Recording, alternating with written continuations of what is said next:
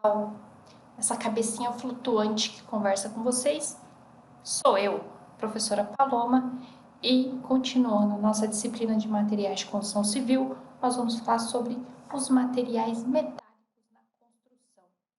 Então, como sempre, começando aí com um histórico. Pode-se considerar que a utilização dos metais foi um dos fatos mais importantes na história do desenvolvimento da humanidade, depois da pedra polida, da pedra lascada, e aí o homem começou a dominar também os metais. Porém, não se sabe ao certo quando que o material foi utilizado pela primeira vez. Alguns estudos indicam que o cobre foi o primeiro metal utilizado pelo homem, por ele ser fácil de ser trabalhado e, portanto, ele foi utilizado para fazer as primeiras armas e ferramentas.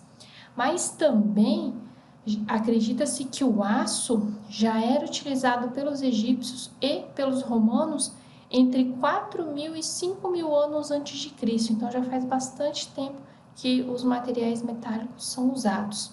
Então o aço, nós vamos ver, ele é uma liga metálica que é composta por principalmente ferro e carbono.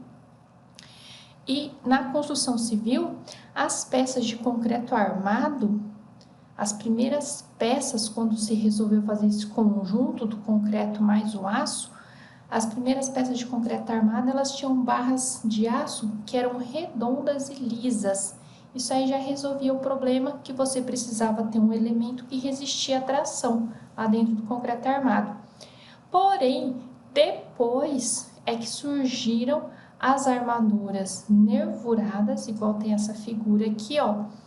As barras de aço hoje em dia são feitas com essas nervuras, justamente para diminuir o consumo de aço no concreto armado, porque você melhora a aderência entre o aço e o concreto, então o comprimento de ancoragem fica menor e aí consome menos aço para fazer o concreto armado. Então, hoje em dia, as barras de aço são assim.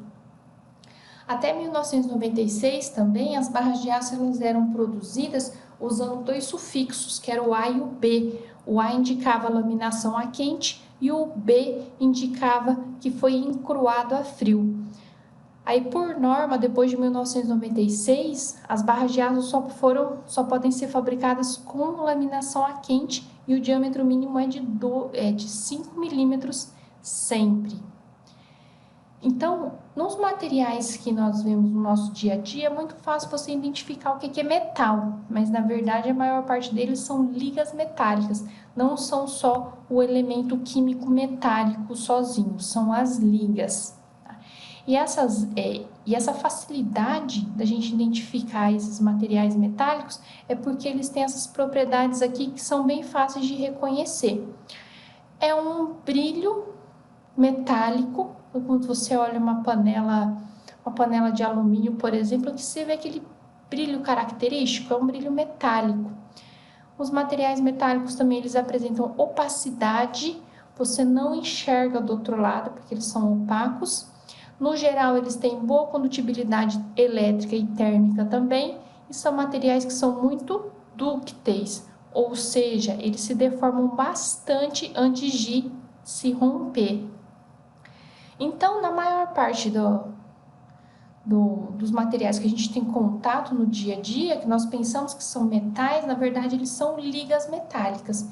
E o que são ligas metálicas? É quando você tem a junção de dois ou mais elementos químicos, onde pelo menos um deles é metal. E nessa união, o conjunto todo passa a ter as propriedades metálicas, como essas aqui que nós acabamos de ver.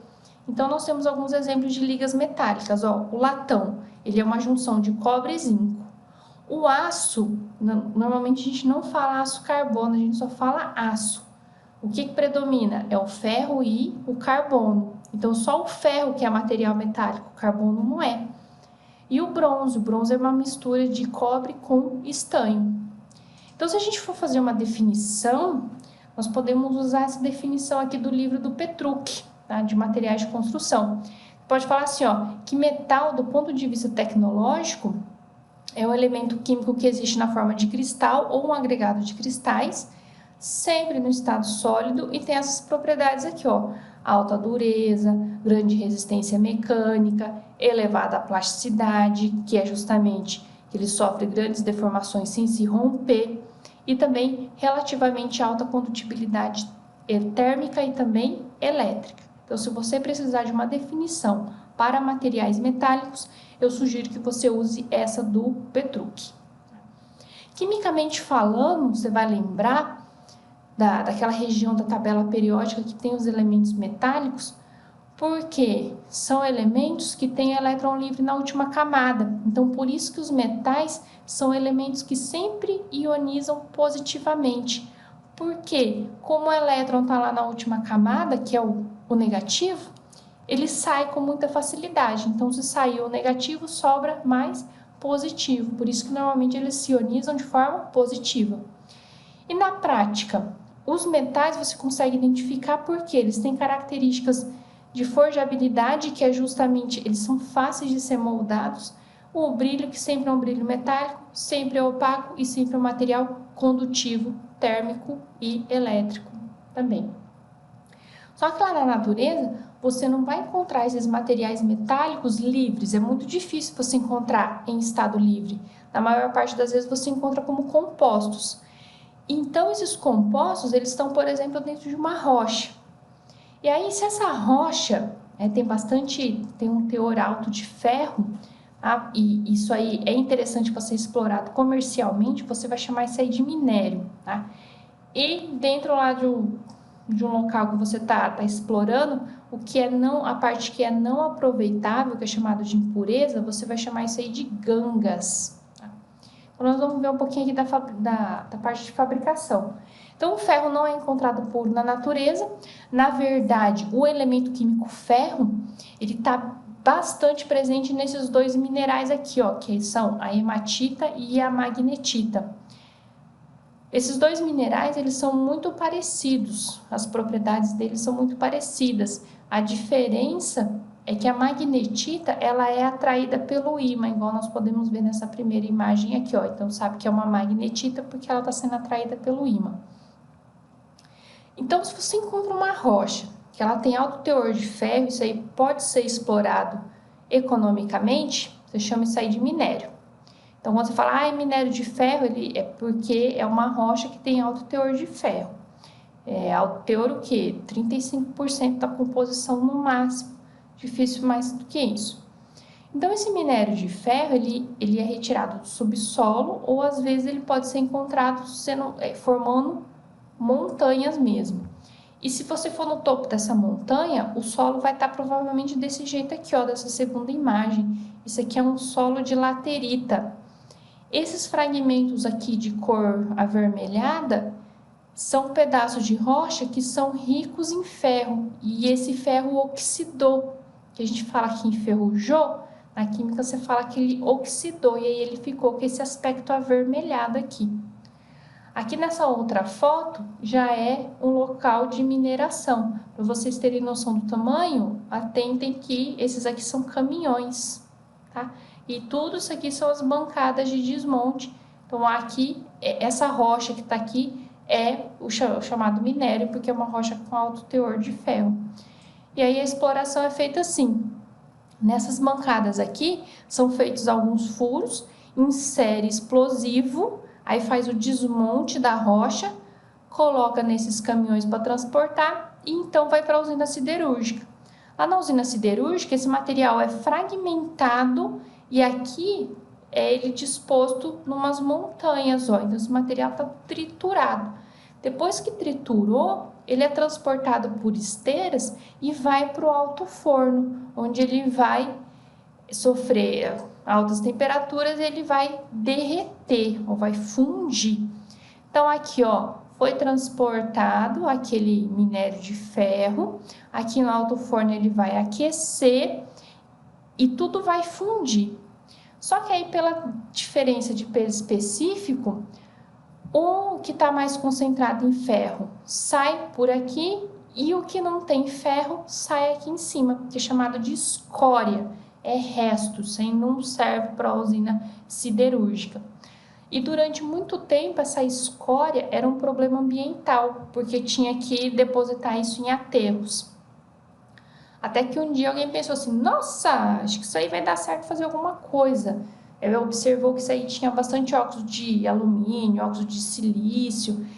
E esse material, quando misturado com o cimento, que tem bastante óxido de cálcio, a escória adquire a propriedade aglomerante, fica parecendo um cimento. Mas isso só quando misturado os compostos do cimento.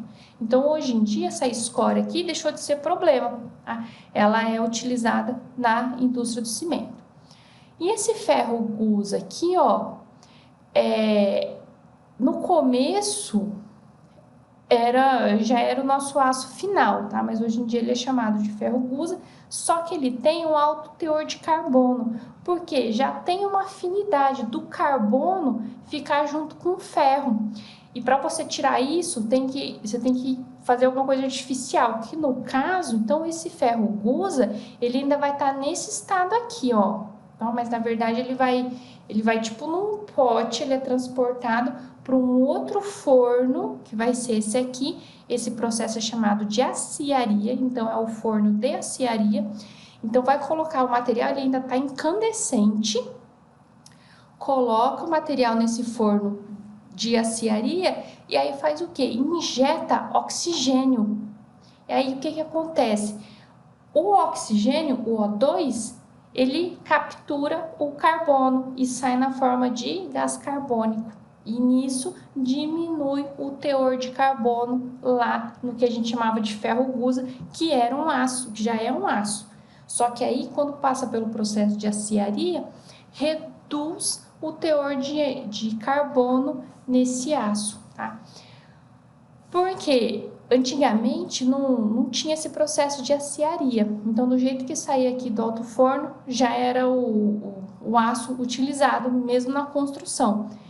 Isso aqui é chamado de ferro fundido. Então, aqui tinha mais de 2% de teor de carbono. E hoje em dia, a gente usa aço com baixo teor de carbono. E só consegue isso através do processo de aciaria. Então, primeiro nós vamos falar do aço, nas outras partes nós vamos falar dos outros materiais metálicos. Então, o aço, ele tem umas vantagens que os materiais têm bastante abundância da matéria-prima na natureza, produção e preço são competitivos. O aço pode ser produzido numa enorme variedade de características, então pode variar desde o teor de carbono até outros elementos liga, que são elementos secundários, que vão trazer algumas características diferentes para o aço. Então, por ele ter essa grande variedade, o aço pode ser usado para fazer um bisturi cirúrgico, ou para fazer a estrutura de um arranha-céu, ou para fazer uma ponte, para fazer um navio petroleiro, um reator nuclear, ou simplesmente um fogão que você usa lá na sua casa. Em todos esses lugares é usado aço, só que não é sempre o mesmo tipo de aço, ele vai tendo uma variedade aqui de tipos de aço. Então, como definição, você vai falar assim que o aço ele é composto principalmente por ferro e carbono. Aqui as porcentagens que pode ter de carbono, ó, até 2, um pouquinho mais de 2%. Mais do que isso, é o ferro fundido, é um aço. O ferro fundido é aço também, porque é a mistura de ferro e carbono. Só que leva esse nome, que era o aço mais antigo que era fabricado, porque não tinha o processo de aciaria para tirar o excesso de carbono. E aí também tem os elementos secundários na liga do aço, tipo silício, manganês, fósforo, enxofre. Cada um desses compostos, eles alteram algumas características do aço. Então, por isso que a gente tem essa grande variedade. Então, o aço carbono é aquela definição que ó, tem de 0,008% até 2,11% de carbono. E dentro dessa faixa aqui, ó, nós temos o aço de baixo carbono, então está mais perto dessa faixa aqui de porcentagem de carbono, e esse sim é usado para fazer pontes, edifícios, tubos e estruturas mecânicas. Conforme vai aumentando o teor de carbono, o que que acontece? Esse aço, ele fica mais duro, fica mais rígido, ele fica até mais resistente, porém, ele vai perdendo um pouco daquela ductilidade dele. Na hora que ele vai romper, ele rompe mais parecido com material frágil, então ele perde a ductilidade. Por isso que em construção civil a gente usa o aço com baixo teor de carbono, porque a gente quer realmente que seja um material que seja dúctil, ele vai deformar antes de romper. Então, conforme vai aumentando o teor de carbono, ó, por exemplo, o médio carbono já não usa para construção civil, já é para estrutura de navio, vagões, algumas peças mecânicas. E o alto teor de carbono fica um material que ele é muito duro, ele não deforma, tá? Mas na hora que ele quebra como um material frágil. Por exemplo, ele é usado para fazer trilhos e rodas de trens e também alguns equipamentos agrícolas. Então, tem aquelas engrenagens que é interessante que seja um material que é muito resistente e duro. Ele não deforma, né, com facilidade. Se for para ele deformar, ele já vai romper, porque tem alto teor de carbono. E aqui lembrando que o ferro fundido, ó, é aquele aço onde o teor de carbono é maior do que 2%. Por quê? Não passou pelo processo de aciaria, que é aquela injeção de oxigênio para retirar o excesso de carbono.